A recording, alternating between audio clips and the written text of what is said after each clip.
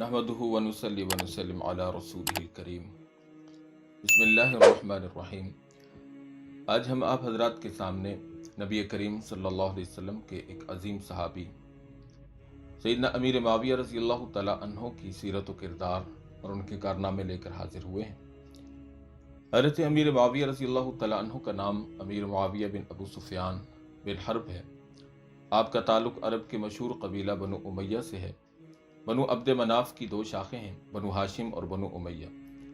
بنو ہاشم جناب رسول اللہ صلی اللہ علیہ وسلم کا قبیلہ ہے اور اسی وجہ سے تمام قبائل پر امتیازی شان اور حیثیت رکھتا ہے۔ بنو عبد شمس یا بنو امیہ بنو ہاشم کے بعد دوسرے نمبر پر مقام رکھتا ہے۔ بنو امیہ ضرب و حرب اور جنگی معاملات میں دیگر قبائل پر فوقیت رکھتے ہیں۔ چنانچہ بنو امیہ کی عظمت کو بیان کرتے ہوئے ابن کثیر رحمۃ اللہ علیہ نے البدایہ والنہایہ کے اندر لکھا ہے کہ ابو احیحہ سعید بن عاص بنی امیہ میں صاحب دستار کے نام سے موسوم تھے اور انہیں ذو العمامہ کہا جاتا تھا۔ ان کے عمامہ کا رنگ مخصوص تھا اور اس زمانے کے دستور کے مطابق کوئی آدمی احتراماً اس رنگ کا عمامہ نہیں استعمال کرتا تھا۔ حضرت امیر معاویہ رضی اللہ تعالیٰ عنہ کا مکمل شجرہ نسب کچھ یوں ہے: معاویہ بن ابو سفیان، صخر بن حرب بن امیہ بن عبد شمس بن عبد مناف بن قصی۔ آپ کی کنیت ابو عبد الرحمن ہے اور آپ کو رشتہ نبوت کی بنا پر احتراماً خال المومنین کہا جاتا ہے۔ یہاں ایک بات یاد رکھنے کے لائق ہے کہ نبی اکرم صلی اللہ علیہ وسلم کے ساتھ امیر معاویہ رضی اللہ تعالیٰ عنہ کا پانچواں دادا عبد مناف مشترک ہے۔ حضرت امیر معاویہ رضی اللہ تعالیٰ عنہ کا خاندانی تعلق آپ صلی اللہ علیہ وسلم اور دیگر بنو ہاشم سے نہایت قریبی ہے۔ چند ایک روابط یہاں آپ کے سامنے ہم بیان کرتے ہیں۔ پہلا رشتہ ام المومنین حضرت ام حبیبہ رضی اللہ تعالیٰ عنہ کا ہے۔ آپ کا نام رملہ بنت ابو سفیان ہے۔ آپ امیر معاویہ رضی اللہ تعالیٰ عنہ کی باپ شریک بہن ہیں۔ یوں امیر معاویہ رضی اللہ تعالیٰ عنہ آپ صلی اللہ علیہ وسلم کے برادر نسبتی ہیں۔ حضرت ام حبیبہ رضی اللہ تعالیٰ عنہ کی والدہ کا نام صفیہ بنت ابی العاص ہے اور وہ حضرت عثمان رضی اللہ تعالیٰ عنہ کی پھوپھی ہیں۔ یہ ساری تفصیلات نسب قریش، طبقات ابن سعد اور جمہرۃ الانساب اور تاریخ یعقوبی کے اندر مذکور ہے۔ اسی طرح دوسرا رشتہ علماء انساب نے امیر معاویہ اور نبی پاک صلی اللہ علیہ وسلم کا یہ نقل کیا ہے کہ حضرت امیر معاویہ رضی اللہ تعالیٰ عنہ اور نبی کریم صلی اللہ علیہ وسلم آپس میں ہم زلف ہیں، یعنی ام المومنین حضرت ام سلمہ رضی اللہ تعالیٰ عنہ کی بہن قریبۃ الصغریٰ حضرت امیر معاویہ رضی اللہ تعالیٰ عنہ کے نکاح میں تھیں، جس کو کتاب المحبر کے اندر ابو جعفر بغدادی رحمۃ اللہ علیہ نے نقل کیا ہے۔ اسی طرح حضرت امیر معاویہ رضی اللہ تعالیٰ عنہ قبول اسلام کے بارے میں ان کے متعلق مورخین نے متعدد اقوال نقل کیے ہیں۔ سیدنا معاویہ رضی اللہ تعالیٰ عنہ کے اپنے فرمان کے مطابق میں عمرۃ القضاء سے قبل اسلام قبول کر چکا تھا، لیکن اپنی والدہ کے خوف سے میں مدینہ کی طرف ہجرت نہ کر سکا اور بعض حضرات نے ان کا اسلام لانا فتح مکہ کے موقع پر ذکر کیا۔ اس کو الاصابہ اور الاستیعاب کے اندر نقل کیا گیا۔ فتح مکہ رمضان 8 ہجری میں ہوئی۔ اس کے بعد غزوہ حنین اور غزوہ طائف پیش آئے۔ ان غزوات کے موقع پر کفار سے سفارتکاری اور گفتگو کے لیے حضرت ابو سفیان اور مغیرہ بن شعبہ رضی اللہ تعالی عنہما نے پیش قدمی کی۔ اسی طرح غزوہ حنین اور غزوہ طائف کے غنائم میں 6000 قیدی قید ہو کر آئے، جن کی نگرانی رسول اللہ صلی اللہ علیہ وسلم نے حضرت ابو سفیان کے سپرد کی۔ اس کے علاوہ غزوہ حنین کے غنائم میں سے 100 اونٹ، 40 اوقیہ چاندی حضرت امیر معاویہ کو نبی پاک صلی اللہ علیہ وسلم کے حکم سے حضرت بلال نے وزن کر کے دی۔ یہ ساری تفصیلات البدایہ والنہایہ اور اسی طرح سیرت حلبیہ کے اندر موجود ہیں۔ ابن حجر عسقلانی رحمۃ اللہ علیہ نے ایک واقعہ نقل کیا کہ ایک صاحب مسعود بن وائل اللہ کے نبی کی خدمت میں حاضر ہو کر مسلمان ہوئے۔ آپ نے ان کا اسلام قبول فرما لیا۔ پھر مسعود بن وائل نے عرض کیا کہ آپ میرے ساتھ کسی کو بھیج دیں، شاید میری قوم کو اللہ ہدایت عطا فرمائے۔ تو نبی پاک علیہ الصلوۃ والسلام نے امیر معاویہ رضی اللہ تعالیٰ عنہ کو ایک خط لکھنے کا حکم ارشاد فرمایا کہ میری طرف سے لکھو۔ تو حضرت امیر معاویہ نے فرمایا کہ کیا لکھوں؟ تو نبی پاک علیہ السلام نے فرمایا پہلے بسم اللہ الرحمن الرحیم لکھو، پھر اس کے بعد دیگر مضمون لکھو۔ ایک فضیلت حضرت عبداللہ بن عباس کی روایت کے اندر حضرت امیر معاویہ کی ہمیں ملتی ہے حضرت عبداللہ بن عباس حضرت امیر معاویہ سے روایت کرتے ہیں کہ میں نے نبی اکرم صلی اللہ علیہ وسلم کے بال مشقت یعنی کینچی سے کاٹے۔ اس واقعہ سے امیر معاویہ رضی اللہ تعالیٰ عنہ کا اور آپ علیہ الصلوۃ والسلام کے قریبی تعلق کا اندازہ کیا جا سکتا ہے۔ حضرت امیر معاویہ نبی علیہ الصلوۃ والسلام کے خادم خاص تھے اور موقع بموقع نبی علیہ الصلوۃ والسلام ان کے لیے اپنی زبان مبارک سے دعائیں ارشاد فرمایا کرتے تھے۔ چنانچہ عبد الرحمن بن ابی عمیرہ رضی اللہ تعالیٰ عنہ نبی علیہ الصلوۃ والسلام کے ایک صحابی ہیں اور روایت کرتے ہیں کہ حضرت امیر معاویہ رضی اللہ تعالیٰ عنہ کے لیے نبی پاک علیہ الصلوۃ والسلام نے دعا فرمائی، اللہم اجعلہ ہادیا مہدیا وحدہ وحد بہ، اے اللہ معاویہ کو لوگوں کے لیے ہادی بنا، ہدایت یافتہ بنا، یا اللہ اس کو ہدایت دے اور اس کے ذریعے دوسروں کو ہدایت عطا فرما۔ اس حدیث مبارکہ کو بے شمار علماء اور محدثین نے اپنی کتابوں میں نقل کیا۔ چنانچہ کتاب فضائل الصحابہ امام احمد، معجم الاوسط طبرانی، موارد الزمان حیثمی، مشکات المصابیح جامع ترمذی، تاریخ کبیر امام بخاری، طبقات ابن سعد، حلیت الاولیاء ابو نعیم اصفہانی کی کتاب تاریخ بغداد اور خطیب بغدادی کی کتاب تاریخ بغداد اور البدایہ والنہایہ کے اندر یہ روایات موجود ہیں۔ اسی طرح حضرت ارباز بن ساریہ کی روایات ہیں جن کے الفاظ کچھ یوں ہیں کہ حضرت ارباز بن ساریہ فرماتے ہیں کہ اللہ کے رسول نے فرمایا، اللہم علم معاویۃ الکتاب والحساب وقہ العذاب، اے اللہ معاویہ کو کتاب اور حساب کا علم عطا فرما اور عذاب سے بچا۔ اس روایت کو بھی متعدد محدثین کرام نے نقل کیا۔ چنانچہ فضائل الصحابہ، مسند امام احمد بن حنبل، صحیح ابن حبان، مجمع الزوائد، موارد الزمان، انصاب الاشراف، الاستیعاب، البدایہ والنہایہ، الاصابہ، کنز العمال وغیرہ کتابوں میں یہ حدیث موجود ہے۔ اس کے علاوہ حضرت عمیر بن سعد، وحشی بن حرب، عبداللہ بن عمر، حضرت عائشہ اور دیگر صحابہ سے بھی مختلف کتابوں میں احادیث موجود ہیں۔ حضرت عمر رضی اللہ تعالیٰ عنہ کے سامنے ایک مرتبہ حضرت امیر معاویہ کا ذکر برائی سے کیا گیا تو حضرت عمر نے فرمایا، قریش کے اس جوان کی برائی مت کرو جو غصہ کے وقت ہنستا ہے یعنی حلیم ہے، اور جو کچھ اس کے پاس ہے بغیر اس کی رضامندی کے حاصل نہیں کیا جا سکتا، اور اس کے سر پر کی چیز حاصل کرنا چاہو تو اس کے قدموں پر جھکنا پڑے گا، یعنی انتہائی غیور اور شجاع ہے۔ ابن کثیر نے رحمۃ اللہ علیہ نے نقل کیا کہ سیدنا علی رضی اللہ تعالی عنہ جنگ صفین سے واپس لوٹے تو فرمایا، لوگوں امیر معاویہ کی عمارت کو ناپسند مت کرو، کیونکہ اگر تم نے انہیں گم کر دیا تو دیکھو گے کہ سر اپنے شانوں سے اس طرح کٹ کٹ کر گریں گے جس طرح حنظل کا پھل اپنے درخت سے ٹوٹ کر گرتا ہے۔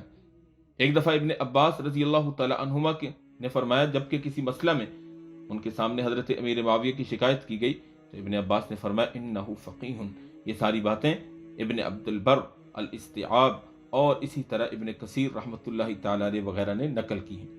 عمیر بن سعد ایک صحابی تھے جن کو حضرت عمر نے حمص کی گورنری سے معزول کر دیا اور حضرت امیر معاویہ رضی اللہ تعالی عنہ کو ان کی جگہ پر لگا دیا۔ لوگوں میں کچھ چیمیں گوئیاں شروع ہو گئیں تو حضرت عمیر بن سعد رضی اللہ تعالی عنہ نے ارشاد فرمایا کہ حضرت امیر معاویہ کا ذکر بھلائی کے ساتھ کرو، کیونکہ میں نے نبی علیہ الصلوۃ والسلام کو ان کے لیے دعا کرتے ہوئے سنا ہے کہ اللہ اس کو ہدایت والا فرما اور اس کے ذریعے سے ہدایت عام فرما۔ حضرت ابن عمر فرماتے ہیں کہ میں نے معاویہ سے بڑھ کر لائق سرداری کوئی آدمی نہیں پایا۔